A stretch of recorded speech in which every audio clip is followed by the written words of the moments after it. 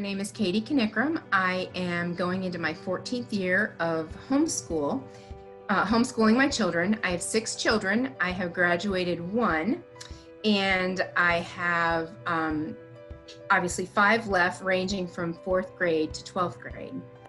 We're starting our 12th year. Wow.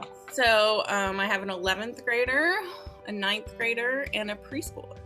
I had taught school. I taught public school 5 years, private school 5 years. And then when our daughter came along, a neighbor asked us, were we going to do public or private? And I said, I'm thinking home. My name is Hope Mabe, and I have been homeschooling starting this fall. We'll be our 22nd year.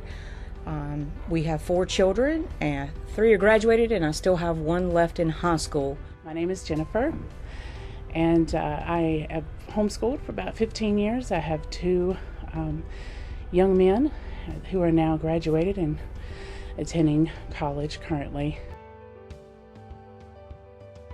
There are many different homeschool programs depending on which county that you live in. My children have personally played for the Forsyth Home Educators, and they are currently playing basketball for the Surrey Runnin' Patriots. There's a homeschool group in Davison County, Guilford County, that offer all kinds of sports as well, basketball, baseball, soccer, archery, cheerleading, any sport that you could do in a conventional type school. There are homeschool groups and support groups that will offer that as well. And then the electives, you can count the sports for part of their electives. We have done karate through King Martial Arts, and they're still in business. There's an option there for the K-5 all the way up through adults. That is available. There's a swim team, there's a cheerleading group, basketball, soccer, tennis, track and field, various interest groups. Something that I will tell parents all the time.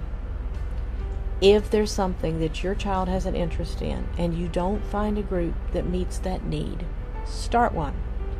Chess club started that way. Now they have chess teams and competition. One young man wanted to do fencing. He and his family found a teacher.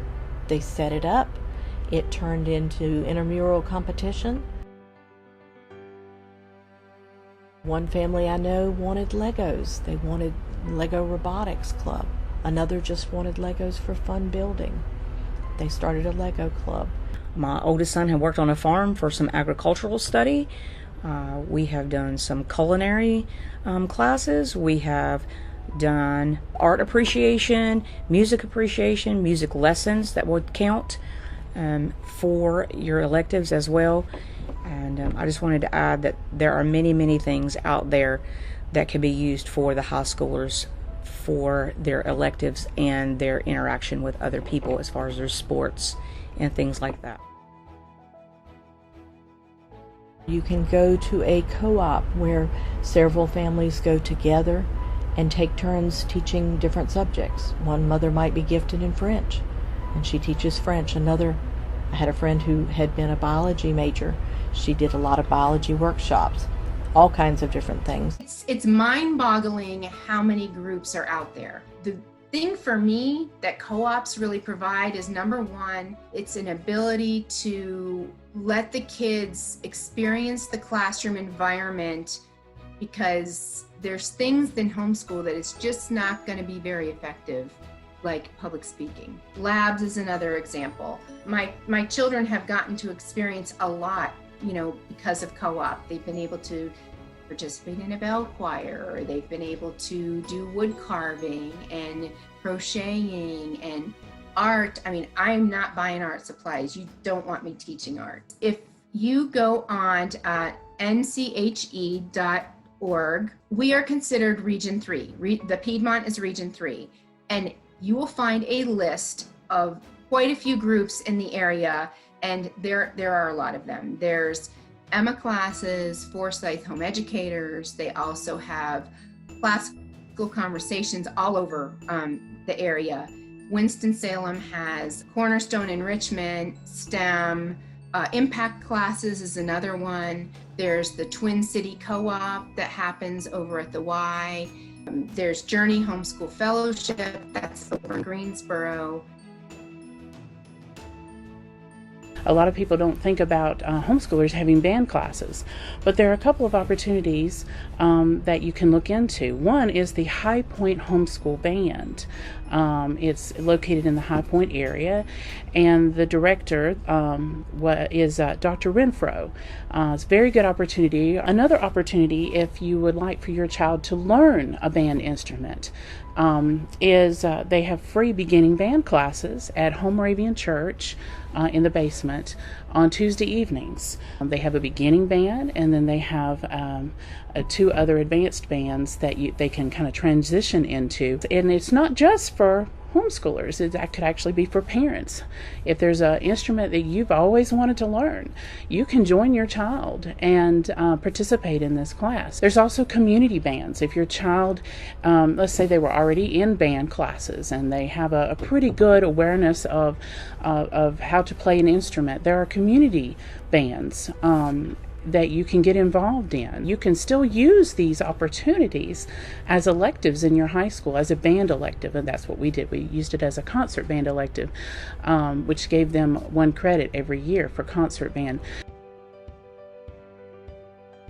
A lot of resources. There's a lot of parent groups. There's Orton Gillingham tutors. There's parents of dyslexics, where, I mean, if you qualify, I mean, there's companies out there that you can receive books on tape, where you can get the entire, textbooks. Now, it depends, it depends how current, and it's not every single tape that has been read, or there's a lot of resources. Right now, with a plethora of homeschool groups on Facebook, you can ask about most anything.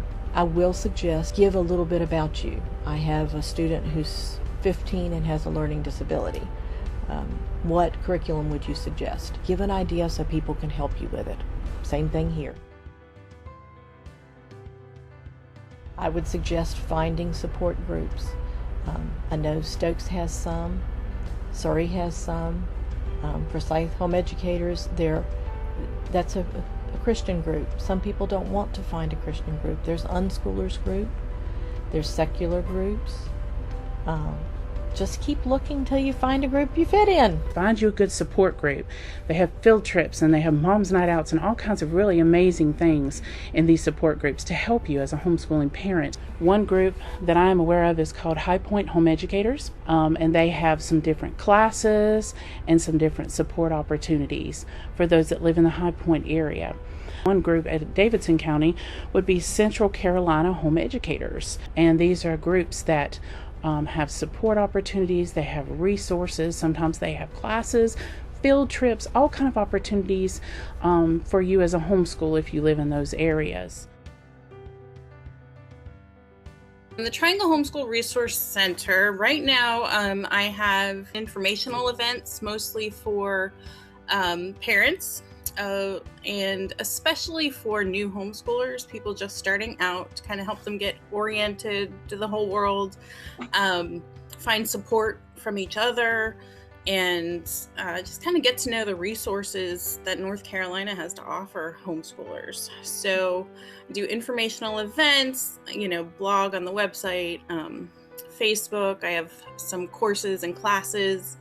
I have a virtual support group that has been kind of on hiatus for a while, but we're reopening that next week in an app form. So it would be on a handheld device, which is pretty cool. And then the long-term goal is to actually have homeschool resource community centers where homeschoolers can go to have classes, have, group meetings with their support groups or co-ops or what have you. And just have a gathering place for homeschoolers in different parts of the state. A lot of the informational events are free. So I do consulting. I have hourly consulting packages for transcripts. For support group has an annual membership fee. I can help a family get set up to homeschool legally, pick their curriculum, all that stuff. So I do that as a consultant. But the rest of the informational events are free.